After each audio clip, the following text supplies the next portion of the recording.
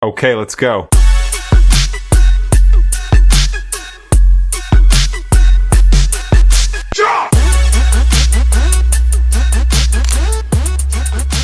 Right, here we've got the Anfibio Multi by Nokta.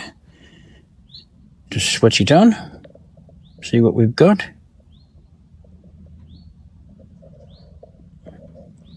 Thing about this menu is it's all in front of you, so you can see it all. You haven't got any sort of press this twice, press this one once, scroll up, go to one side type sort of thing.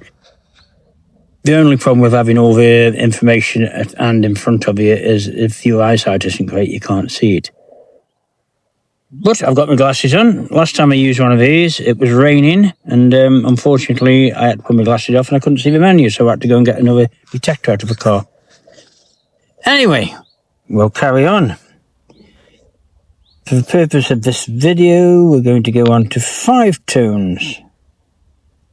Settings, gain on 85, discrimination, no, settings, wrong button, discrimination 5, notch, tone, whatever, all that lot, tone break, keep all that lot as is.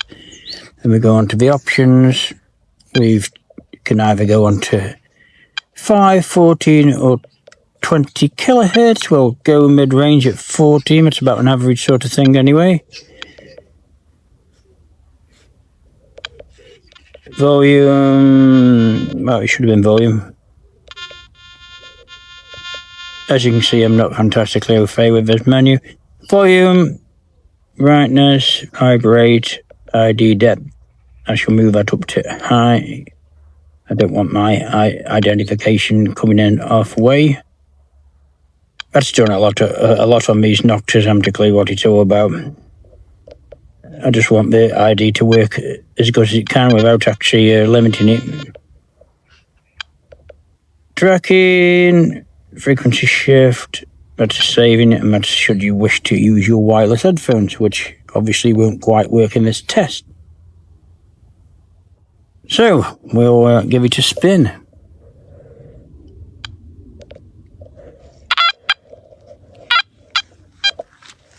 Right, first up is the 20-inch long gold chain, rolled into a ball, 1 inch deep. Normal crackly signal with a gold chain, and we've got another gold chain 5 inches long, 1 inch deep. Gets that quite happily. We'll see if they're leaping about a bit, obviously because of the length. We'll see how it compares to the Coke. Right, it won't get that earring. Oh, small Roman bronze, 3 inches. So very keen on that. Just a bit, but it's a crackly one. A small pewter button, 4 inches.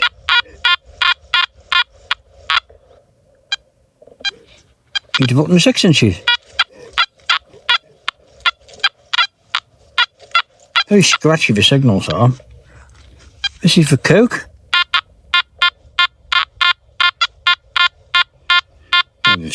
Yeah, so it's coming on quite low. The Coke is just above the iron rejection. Right, let's go on to the Bellina at 6 inches. That should be about the same as a Coke, we would think. Yeah, just in and out of the iron range. It's lower than the Coke. 177 pallet, 4 inch. I don't think it's going to get there. So I don't think it's sensitive enough. That's the ring pull I'm getting near to it.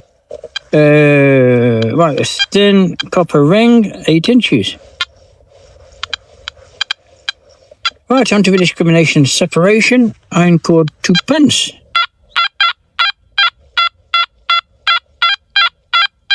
Jumping about a bit, but you get the gist of where we are. Late 70s, early 80s. Crown bottle top. Yeah, well, you'll be able to separate those quite happily. Low and high conductive coins, 8 inches deep, 1 inch apart.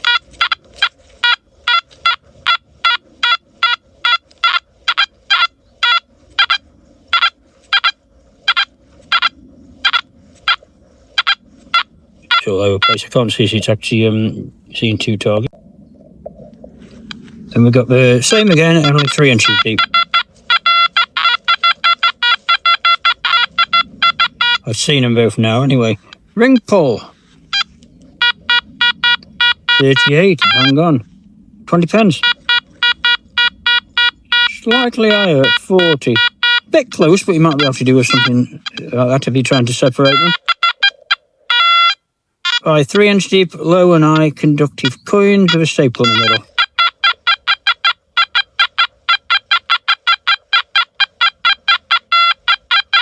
I think that's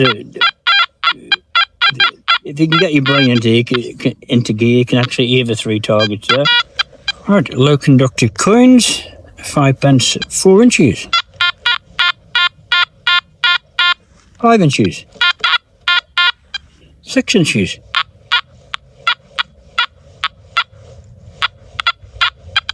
That was a bit of a drop off. 7 inches. Doesn't seem very keen on 5 pences. 8 inches. Right, we'll go to the 5 pences on edge. 4 inches on edge.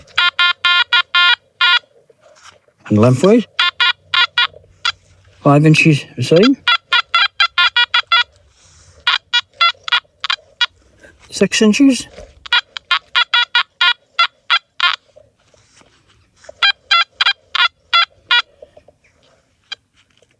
7 inches.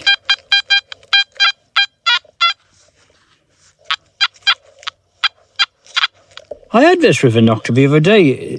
It liked the 5 pences on edge better than it did the flat ones. Don't know what that's about, but it's obviously a Nokta thing. I shall have to look for that in the future. Cut quarter, 2 inches. Cut quarter, 4 inches.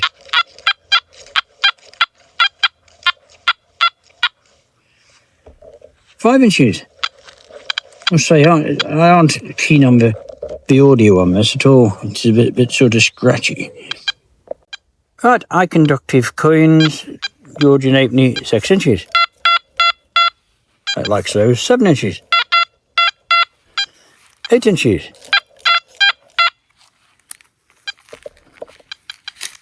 5 and 9 inch one.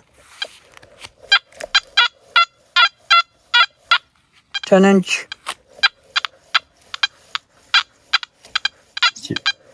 Gets a bit too scratchy there. On edge, 5 inches.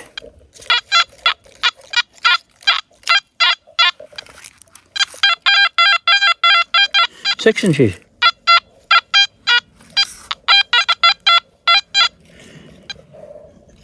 7 inch one.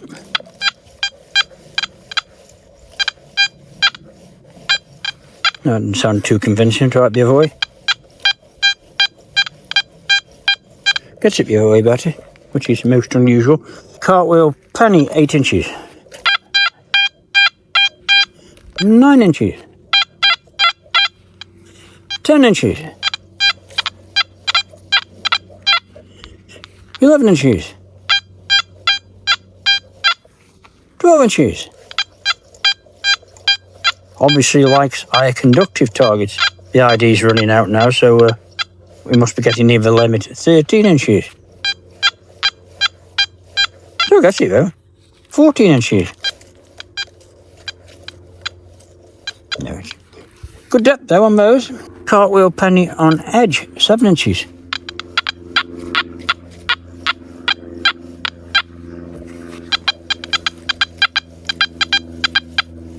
Weird really, we're doing the 5 pence on edge quite well. Try to give it a benefit of the doubt, we go on the 8 inch one on edge.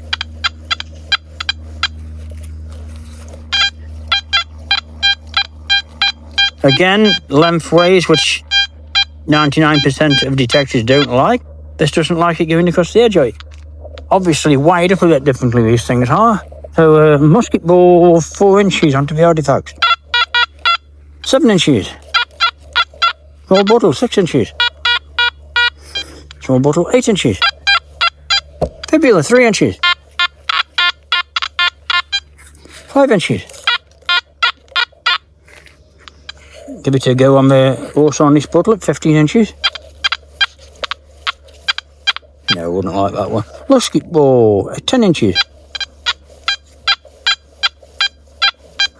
Just about, yeah. Fibula, 7 inches.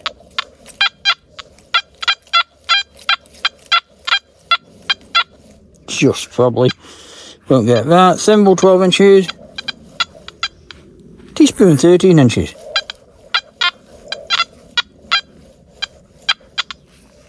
Small bottle, 10 inches. Not too convincing, really. And onto the silver coins. Victorian silver threepenny bit, 6 inches. Victorian silver sixpence, 7 inches. Victorian silver shilling, 8 inches. Edward I medieval hammered penny, 6 inches.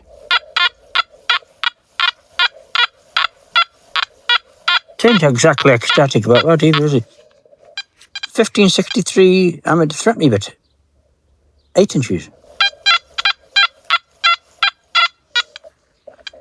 Silver threepenny bit, 8 inches. It's a scratchy signal, isn't it, really? Sixpence, 9 inches. No, it's not going to go any further up there. Horseshoe, 6 inches. Bottle, 6 inches.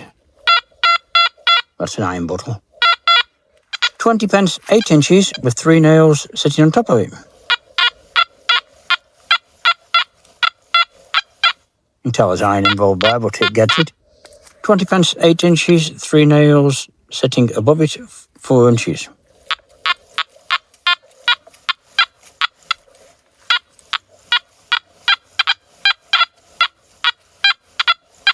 Just about, probably. Won't get that. Knife blade, 2 inches, and 2 copper rivets sticking out of it.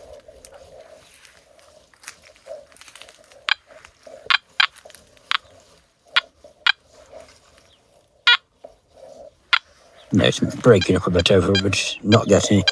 Lodge nail, 6 inches, 20 pence sitting on top of it.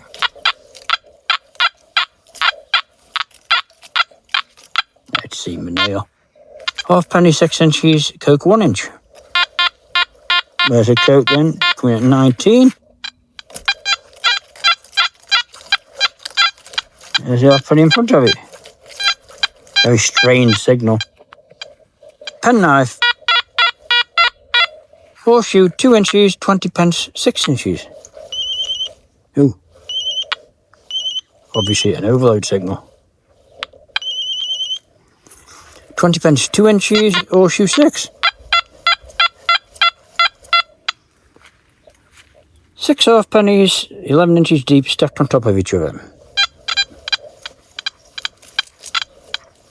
Doesn't like that. 100 mixed coins in a pot, 20 inches deep.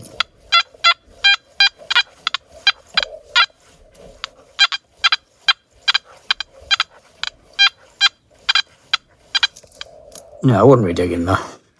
6 halfpennies in a row on edge, 2 inches deep. Nothing.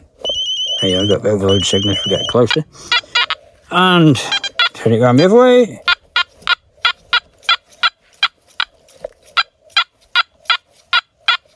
It's not very convincing that way either, is it? Obviously, it's something just a bit different about these Noktas. Interesting.